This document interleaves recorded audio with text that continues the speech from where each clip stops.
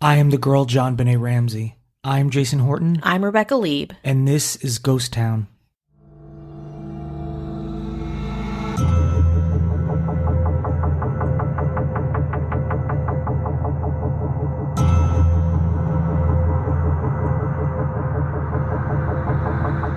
We interrupt all broadcasts. Stop your news sources, stop your social media feeds. This is such a weird week. So we decided to do a weird episode. It's going to be, where do I even begin with this? I received an email last week from a friend who works at a very large entertainment news source. And she sends me this email and I am at work and I don't quite get it. And she keeps texting me, have you seen the email? And I'm like, what email is this?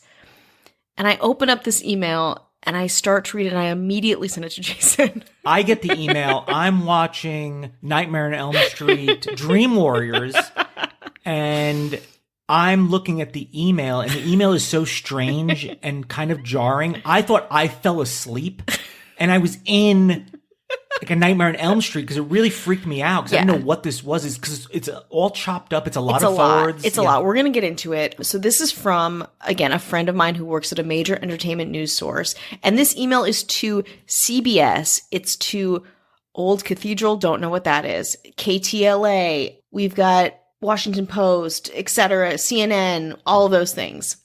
And it starts, Dear news channels / news stations, I am JonBenet Ramsey, all caps. Please read and forward, please. So again, it's like we're sharing this, okay? Excerpt below if from my attached full note report at bottom of email. The kid, a different size font and different font. The kidnappers, Anne Margaret and Matthew McConaughey, photos below, were also threatening me and my parents, John Ramsey and Patsy Ramsey, that my parents, John Ramsey and Patsy Ramsey, would be hostage again in the United States, once no longer hostage at Salina Tuerda in Romania salt mine where they are still. So we've got that. And this is from JonBenet Ramsey at the email, I am the girl, JonBenet Ramsey at gmail.com. Then she sends another email. Photo attachments reattached to email due to photos not visible in my sent email copy. I love you and God loves you. God bless you. Then we have another email after that email. Dear news channels, I am JonBenet Ramsey. Please read and forward. I'm forwarding my email with all 3 of my audio reports attached to this email and my text report. Then there's a kind of forwarded text block with photos, and we'll start to go through these. You're going to hear this in real time because I've not downloaded the CIA and Federal Bureau Investigative Report. I don't know if you've seen that yet. I did not. No, I was kind of waiting for us to, because we were going to do another episode completely.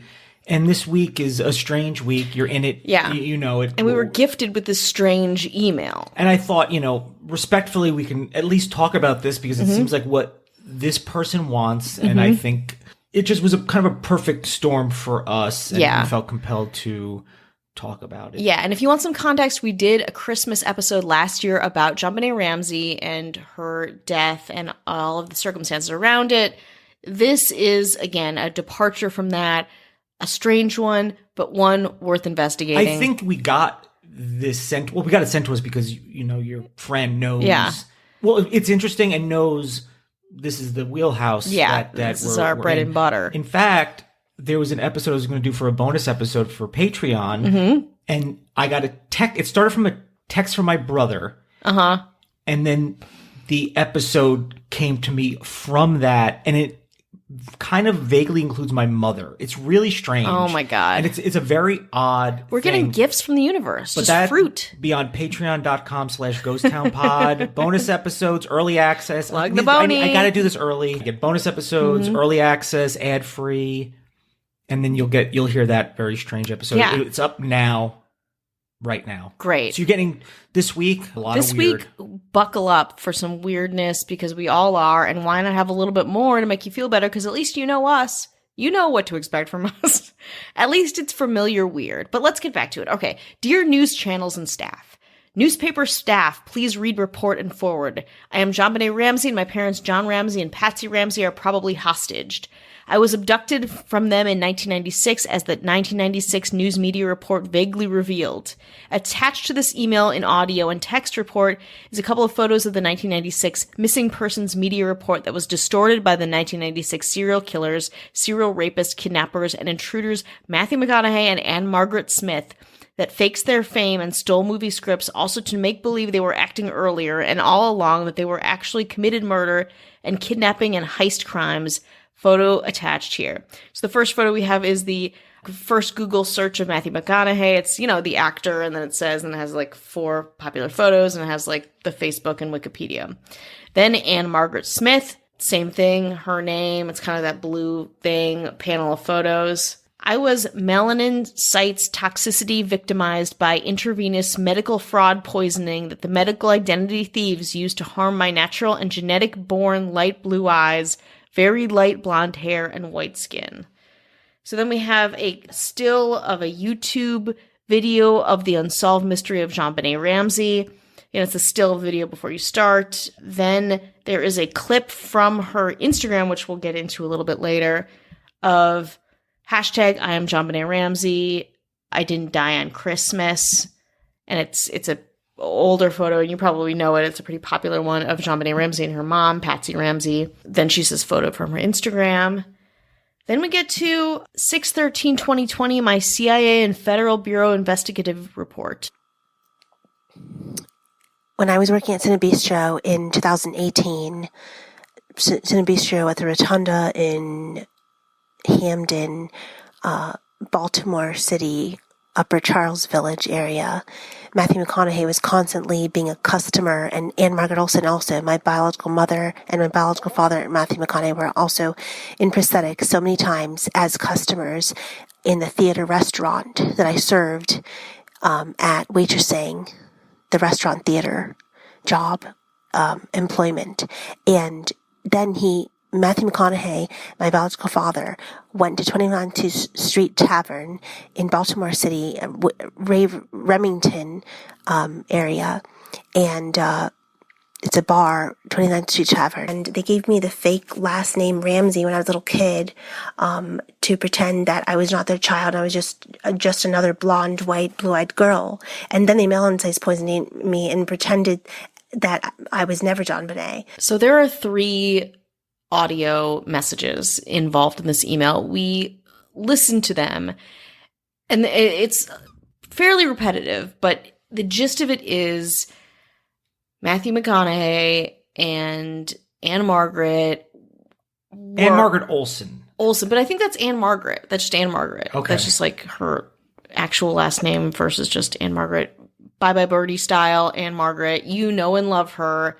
Newsies, perhaps, if you're like me. Anyway, that they are kind of Matthew McConaughey is her biological father. Anne Margaret is a cohort, and they kind of raised her and then like kidnapped her, and there was also some sexual like rape involved in it. Yeah, we didn't play any. It was kind of hard to find a clip that was not super graphic because I don't think it was kind of necessary to, to kind of mention that. Yeah, I mean, listen, if you DM us, we'll send you some info. Well, if you want all of this media, you can have it. We're distilling it down for you. So it's about her, and again, her being trapped by these 2 actors that aren't really actors. Again, she talks about her parents being her parents and not being her parents, and also sex work that she does, and not doing, being a dancer in a club. Yeah, exactly, and being isolated, and just kind of things getting weird, and it just feels very claustrophobic, I would say, and fairly paranoid. And then we get this very long text memo, which talks similarly about the same situation with Matthew McConaughey and Margaret. I'm going to read you a little clip from it to give you kind of a tone. I oddly had never left my house, even though earlier I recalled leaving my house and lastly seeing someone outside my door as I was in the process of closing/locking my apartment door before the person at the bottom of the steps in front of the apartment 1B, first floor/basement level apartment of the complex, which was down a small flight of only 4 or 5 steps, where my biological father, Matthew McConaughey, was standing there staring at me. My food/juice/milk/soda was consistently being roofied and mixed with tranquilizer, and I was often unconscious in my bedroom and being trespassed by him and his friends. In the time I saw him again in a different time, also in my apartment, in my bedroom closet, peering at me from the crack of the closet door without the closet light on. The light was off. So you kind of get a sense of what Matthew McConaughey is a strange dude. I'm not saying there's any connection here. The legitimacy of this or not is not for me to say. And I think it's somewhat apparent, but also I'd like to kind of have an open mind just to respect this person who's put all this together and sent it out. Matthew McConaughey is a weird dude. And okay. You're just calling out. You're just devil's advocating here for Matthew McConaughey. He is a strange dude. Okay. Now, if this was somebody we didn't know, like if JonBenet Ramsey is obviously an iconic figure of unsolved crime and culture. If this was somebody else we didn't know, we'd be like, Yeah. There's a lot of information, but also, like, I mean, she's taking this to the media, right? There's not really like a directive. It's not like arrest Matthew McConaughey. It's not like please advocate for me. It's not. There's no real directive around it, which again is complicated, and obviously there are some mental health issues folded into all this. But then we went to, because there was one of the pictures in the email was from her Instagram. We go to her Instagram. I am the girl JonBenet Ramsey, and it's JonBenet Ramsey. Her bio is pigmentation cites fraud is evil. I am JonBenet. I said evil weird, sorry. Pigmentation cites fraud is evil. I am JonBenet Ramsey. Google it. I did Google it. So I have this open right in front of me. I did Google it. Okay. And I did not find anything except for her Instagram handle. I tried to connect JonBenet Ramsey to Matthew McConaughey, and it seems like the only time you'd find, because they're both cultural figures, they end up on the same blog as like as a footnote to each other. If here's some more stories you might like to see if you've seen this one, and that's the only connection I made. But I implore anyone who's got some free time and downtime that wants to look into this further. Yes. Please be our guest. We'll give you any information you want, because I want to. She wanted to spread the word. And I want to honor it. We're doing that. We're definitely doing that. And again, her Instagram, just to give you a summation of that, it's a lot of selfies. She loves Starbucks. There's a lot of Starbucks iconography on there.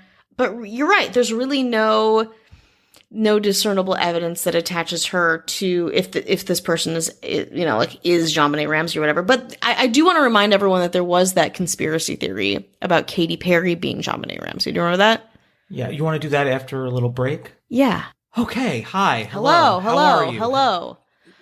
Oh boy. Are you with us? Are you okay? What's happening in history right now? We're recording this from a couple days ago. Yeah. It's very close though to the day you're listening to it, because Rebecca has been working hard. Working like a dog. And I've just been waiting literally on her Waiting doorstep, like a dog. eating chilies. We had some chilies before. We sustained ourselves. Listen, we needed a nutritious dinner before we make art. What's better than chilies, bloomin' onion, and some chili sliders that were actually like incredibly delicious. I ate some things. I could not tell you what they were. No. If you gave me $500, like, what do you think you just ate? I only know it was fried. Fried. We got a tub, a plastic trough full of 3 different fried goods. And you had a margarita. You can't guess. And I had a margarita in the car on the way home from Santa Clarita. No, I didn't drink it all in the car. We got this in Santa Clarita because that's where I'm working right now. Which is about like a half hour north. Exactly. And it's really, I don't know if it's the closest Chili's, but it's a very accessible Chili's. There's not a lot of Chili's in like proper Los Angeles proper for the most part. There's not a lot of chain restaurants. Yeah. I mean, like a Chili's type like thing. But so we needed something wholesome, good of this land. Do you know maybe somebody who could help us with that is maybe some political leaders we could believe in, like our mayors, Brandon Gaddis. Yeah. Ben Forsyth. That's right. Ashley Matson. Ooh. Jeanette Link. Lover. And who's going to seal the deal? Drum roll. Our governor, Chris Witt. Woo! Witt. Chris Witt. We did some book stuff. We did. We're on the Skylight Book podcast. That's right. That was fun. That was very fun. So check out the Skylight Books podcast. Yeah, it was a good time. And we were on Book Soup. That's right. Crowd, it was like a Zoom call. Like Crowd was hot. There was actually a lot of people in there. I say that questions. facetiously, but I mean it. It was a really supportive group. And Book Soup, even my wife was like, that's really impressive. And she's not impressed by anything. She's grew up in LA. She's like, but she's like, no, that's like it's an iconic store. Somebody pointed out that Mickey Cohen had a haberdashery. It was his haberdashery. Yeah, someone was giving us trivia as we were on. They were like challenging us about LA knowledge as we were talking about it. It was like a double LA knowledge off. It was amazing. So check out booksoup.com. You can find it on their YouTube or wherever you find it. And speaking of YouTube, I just put up a new video. Features Rebecca. Rebecca. A repackaged, remastered Janis Joplin episode. A little summary about Janis Joplin.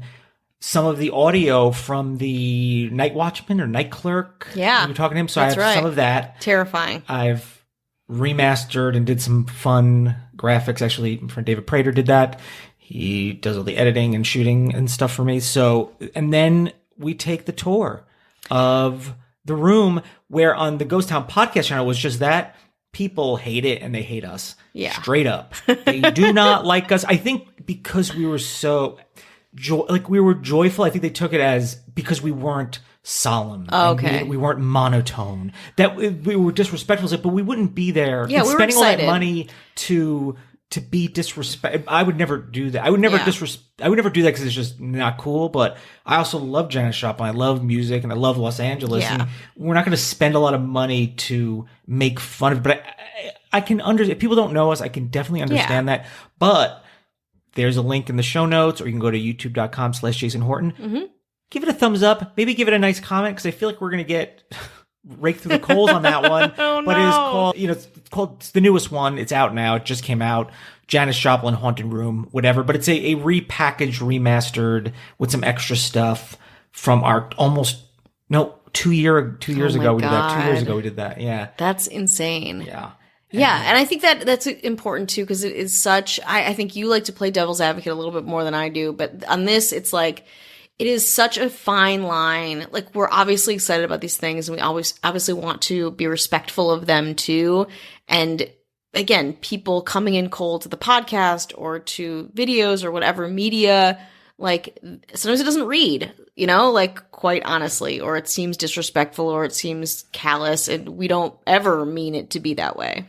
I also, just from feedback that I've gotten, I think people take the fact that somebody is speaking monotone and it's very grave and the music is really stark, that equals empathy. And that's not true. That doesn't mean it doesn't mean no, it. but it could be like marketing. Absolutely. I mean, listen, it's entertainment, it's information. I think people confuse those things and they see that like, oh, well, this person's being very serious, so they care more. And I was like, that's what don't they say about like sociopaths? They mimic the thing that, exactly. You're that like, you want them to think. That's the thing. Like we're here doing this podcast. We've dedicated a large portion of our lives to studying, to investigating, to discussing these things. We are obviously very interested and invested and appreciative and respectful of these topics.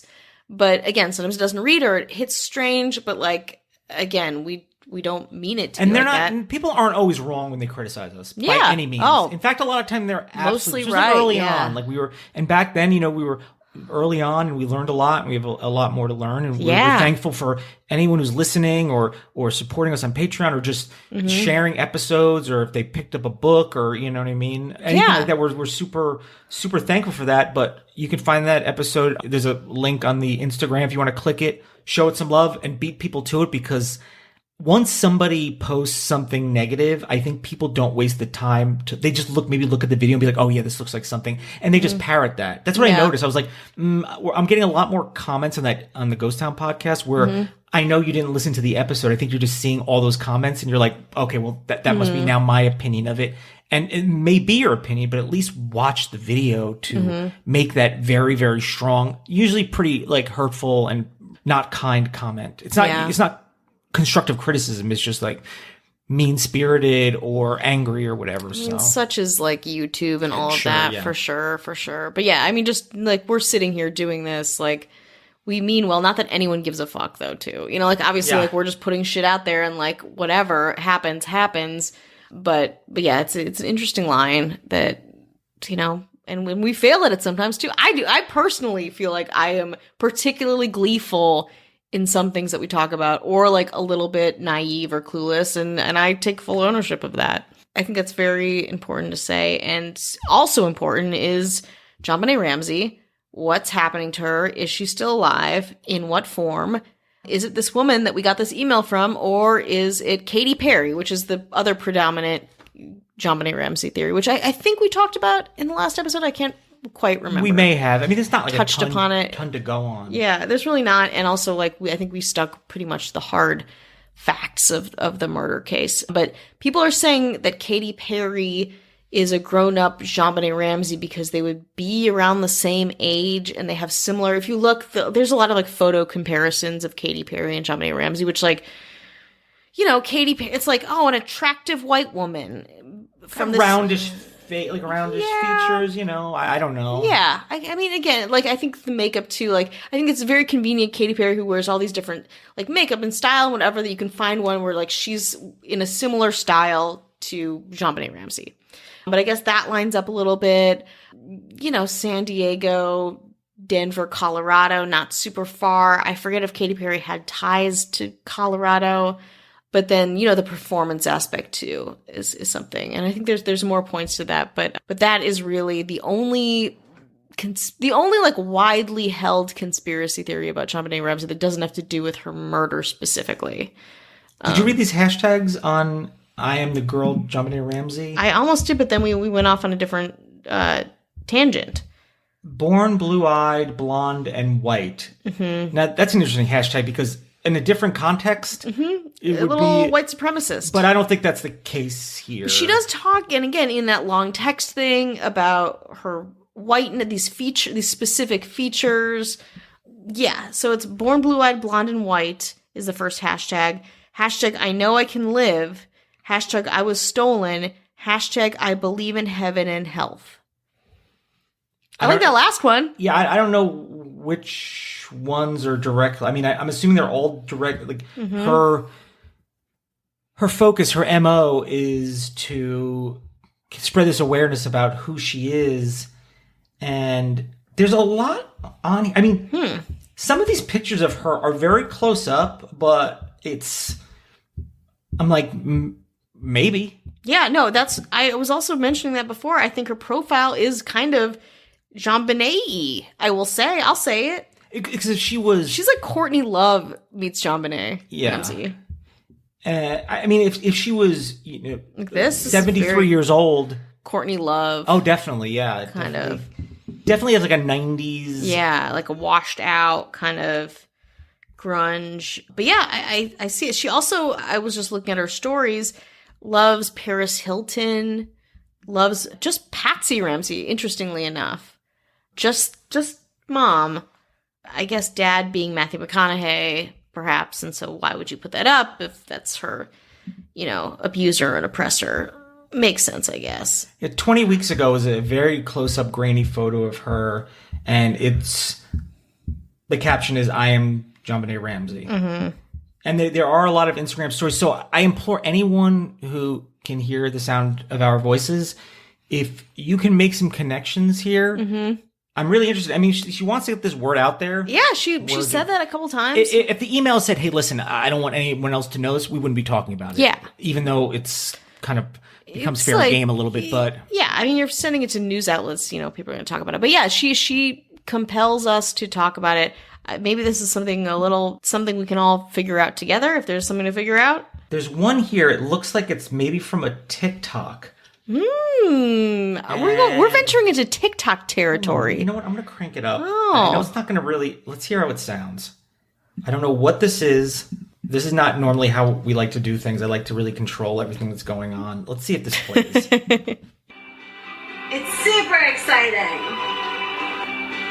It's super exciting. Okay, so Okay. in What this are we seeing TikTok, here? it says Steven isn't that great. The UV rays of the summer sun going to possibly lessen the chance of people getting the coronavirus. Me, sure. So that's a response to Steven. I don't know who Steven is. It's just a POV of him. You could see it on her Instagram. It's definitely odd, but it's just odd enough that we're talking about it. Yeah, exactly. And it's just odd enough that, like, I think everyone can weigh in a similar place of us reacting and getting the information. I also think it's interesting, her voice, from what we've heard, and from that too, it's very infantilized. Like, it's like, again, keeping the JonBenet persona in a way that I think a lot of, like, people with mental illness, people who've been abused, sometimes, not often, in certain cases will embody. So I think that is an interesting part of it. There's one picture from 2019 it's a relatively normal, attractive, good Instagram photo for better or worse. I don't know, but it says, "This is not my favorite shirt. I've actually never worn it anywhere. Hashtag cheap Massimo clothing. Hashtag wardrobe cons. Hashtag my colorful purse umbrella. Hashtag bathroom modeling." Kind of a normal post. Yeah. So it's odd to see these mix of post of maybe somebody that is going back and forth from like I'm just instinctively doing something like typical, not normal, but typical.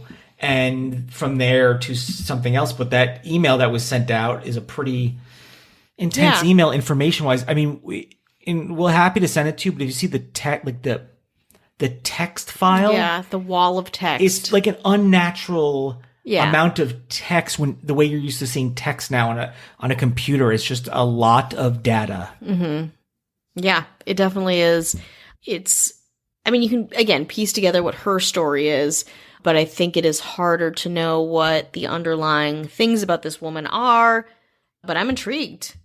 You're right. I mean, there's like a picture here of Welch's fruit and yogurt gummies, where it's like, I feel compelled to share this picture of these gummies that I'm really enjoying, and then another post of Patsy and JonBenet Ramsey. You know, like it just switches so quickly from this kind of mundane normalcy to this identity that she has for herself. This photo is pretty weird. It's just an X. It's a big black X. Okay, yeah. And it says, I'm at it. "Your enemy is a horse with inner rot. Hashtag probleme fatal. Hashtag XX." Now, is that the band XX? Isn't it the band XX is a band? The XX? The X's for the eyes and the smiley face. This is one of those. I don't know, but these are the band called the XX. And I don't know if that's lyrics to that, because if it's not, it is kind of terrifying. Yeah, that's very terrifying. Maybe we can get some answers from What's Up Steve, her friend Steve, who actually looks normal from his Instagram account. His name is Stephen Douglas. "I used to stay in my room and imagine that there was a camera on the wall. And I used to really believe that I was putting on a television show." Okay. I do that now. I mean, that's not... Exactly. Nobody's watching the television show that in even my own imagination. Yeah. They're like, we got better things to do. We have options. Next, please. But his account is private. He looks like a relatively normal guy with a normal Instagram picture, just a whatever. But he's really the only person referenced in these Instagram photos. Now, is this something we want to bother this dude about? I don't know. Maybe we should have people weigh in. Should we bother this dude? Yeah, should we bother this dude? Because he's the one that the voice you heard. I mean, Yeah, again, this is another thing with the by line. bother, I don't mean literally bother. Like, I mean, politely say politely hello ask, to and hey, ask. without obviously making anyone uncomfortable. Because again, this is not something this is something that was the goal of it is exactly, we're probably on a level, not us, probably CNN or something like that. But we're the CNN of... We're your CNN baby now. Yeah, we're the CNN of fried Chili's food. That's in right. a bag. That's like, right. Breaking. Yeah. So again, I'm curious, but this is, again, we're talking about that line again that comes back where it's like, what is the line? Is it enough that we're kind of talking about it and exploring this in a respectful way? I hope. And again, I hope that comes out, even though it is very, like, again, very perversely fascinating. Or do we reach out to this guy and get more information that maybe would be sensitive? But again, the only way we're even discussing this is because she has said, get this out there, which again, I know that she may be suffering from mental illness. I understand that, but maybe for us to get more context for this information that we got. And if there's any truth to her story, even on a small level, apparently she's doing this to get this word out. I mean, she has a story. Yeah. We just don't know what that story is. Totally.